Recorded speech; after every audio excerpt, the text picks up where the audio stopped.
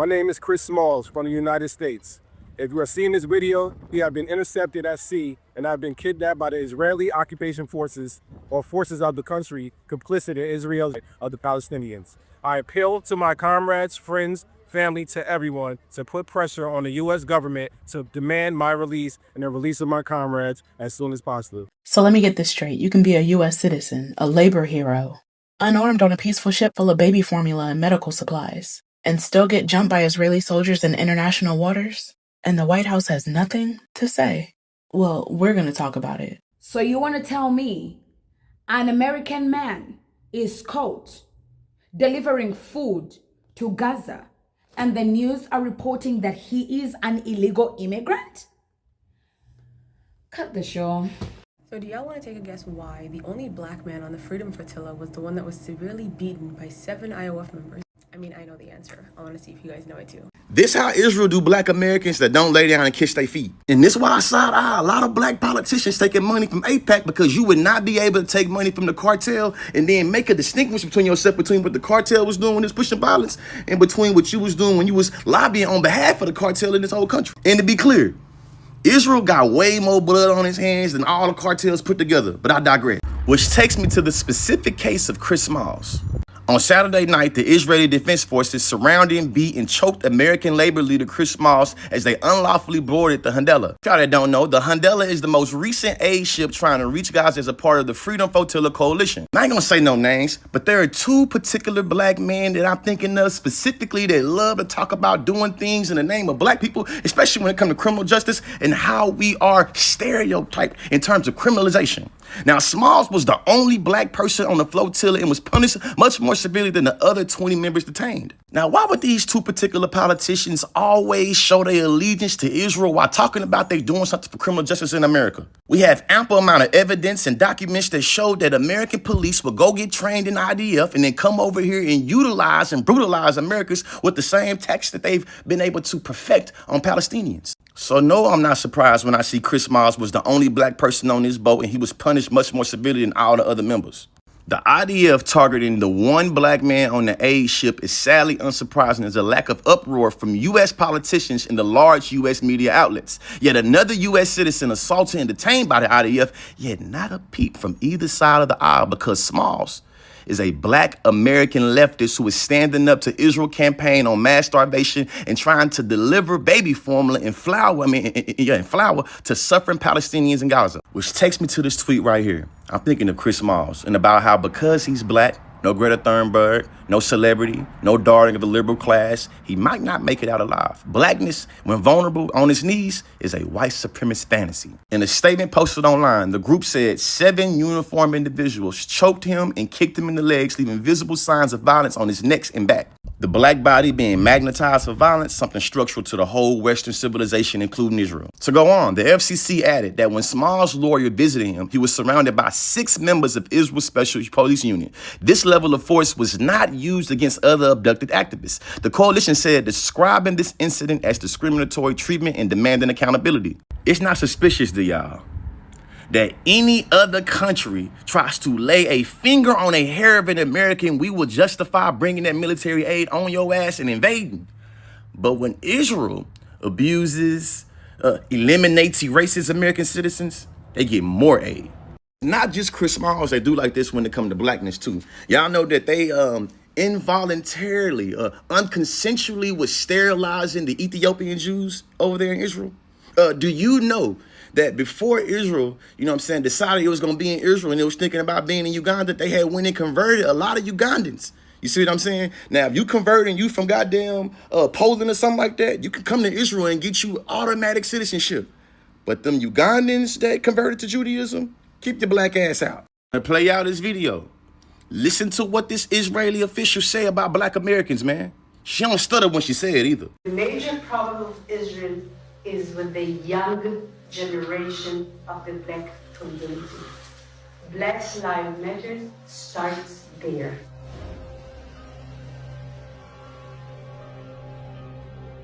I had last week a dinner, sit-down dinner at my house for 40 people, which are considered the leadership of the black community and very important people. they can be part of our doing an activity. Dr. Clarence B. Jones, who wrote the draft speech for Martin Luther King, I Had a Dream. He was his lawyer, he was his close friend. He was somebody that I reached out to. He became a very close and personal friend.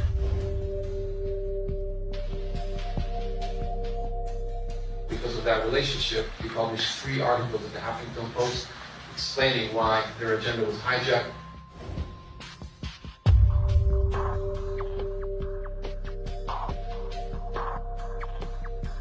Martin Luther King will turn in his grave if he saw the anti-Israel tendencies or policies that are starting to emerge within Black Lives Matter. Soon after Black Lives Matter declared support for BDS, a fundraiser at a New York nightclub was suddenly cancelled. The venue's management said it didn't approve of the movement's stance on Israel. Tony was told by his boss, Eric, that the Israel Project was behind the decision. I don't know if you saw, but this club, ditched a Black Lives Matter event.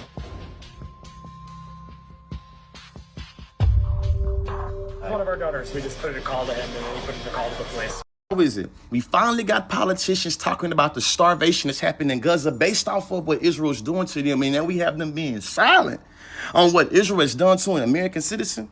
Has Chris Smalls been released yet? 7 Israeli soldiers beat him, choked him, kicked him on his legs, and left visible bruises on his neck and his back.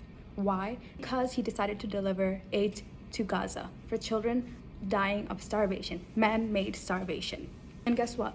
The news media outlet is not speaking about what happened to him because he's a Black person, and it seems like what's happening to him is not anyone's business. This is Chris Smalls. You might remember him as the guy who took down Amazon and won.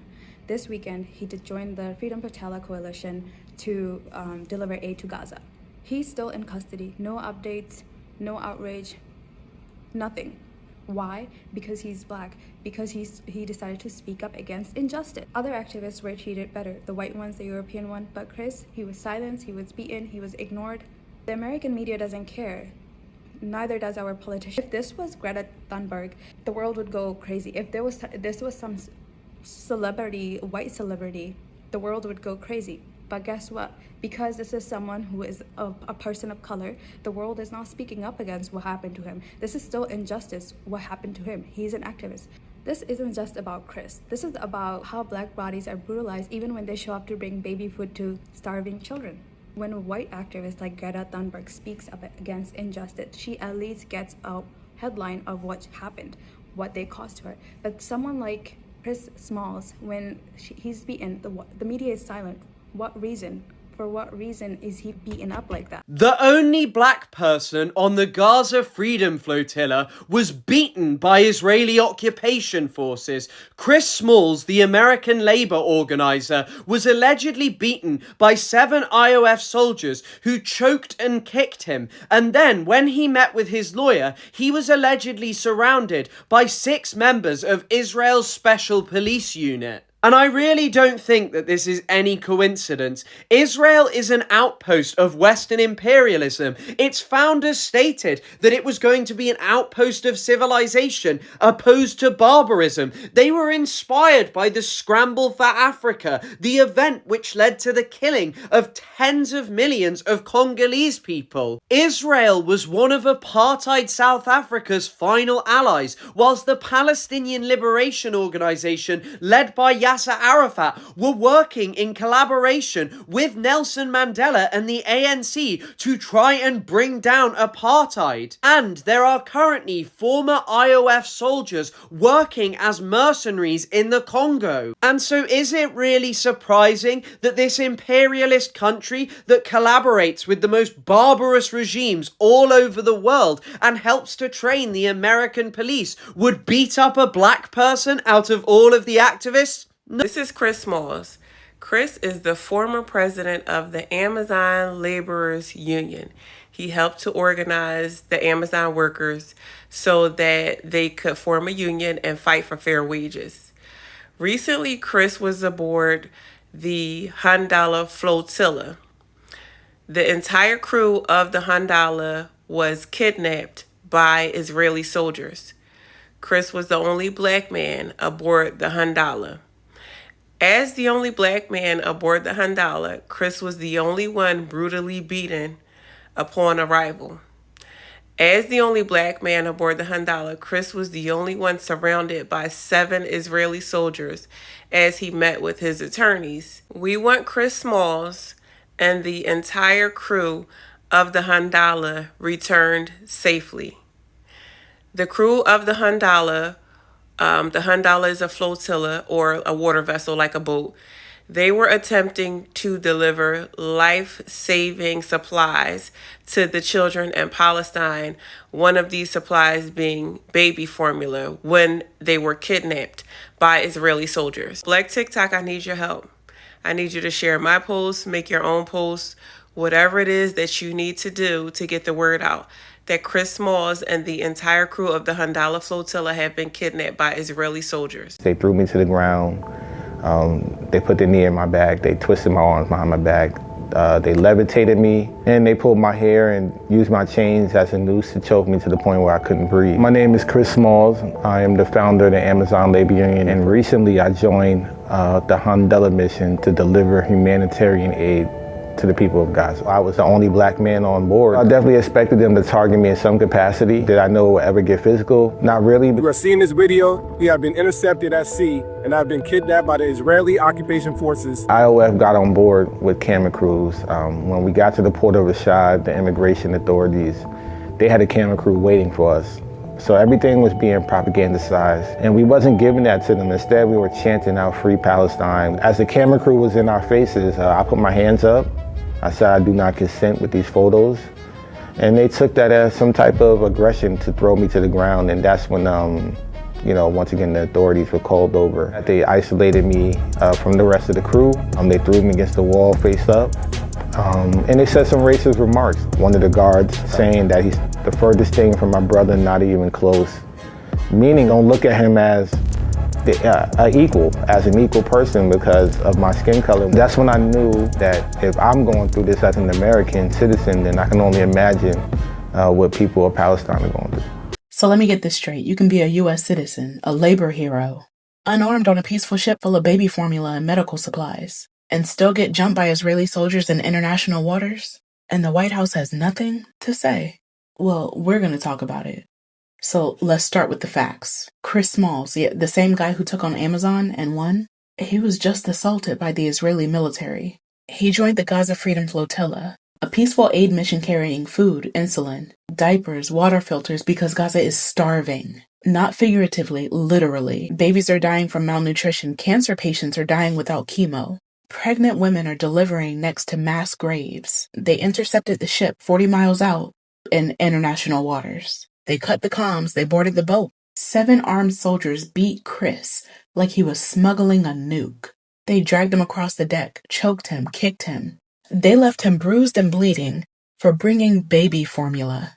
And where's the outrage? Y'all had politicians dancing around in keffiyehs a few months ago, posting flags saying ceasefire now.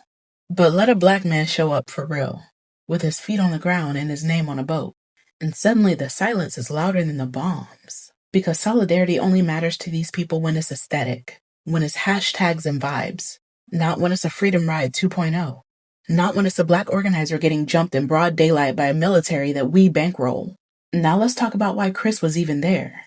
Because as of July 2025, Gaza is unrecognizable. 40,000 Palestinians dead. 70% of them are women and children. Hospitals gone, schools gone, clean water is just non-existent. Journalists and aid workers being killed like targets in a video game. In the U.S., sending more weapons, writing more checks. $3.8 billion per year to help carry out a slow-motion genocide. They call the flotilla a provocation. Not the siege, not the starvation. Not the white phosphorus or the mass graves. The aid was the problem. Because nothing threatens apartheid more than compassion that crosses borders. They didn't just beat Chris because he brought supplies. They beat him because he's black. Because he showed up. Because he crossed the line that they drew in blood. And he refused to flinch. They treat the people of Gaza the same way that this country treats black labor, black rebellion, black defiance, like it's a threat to be eliminated.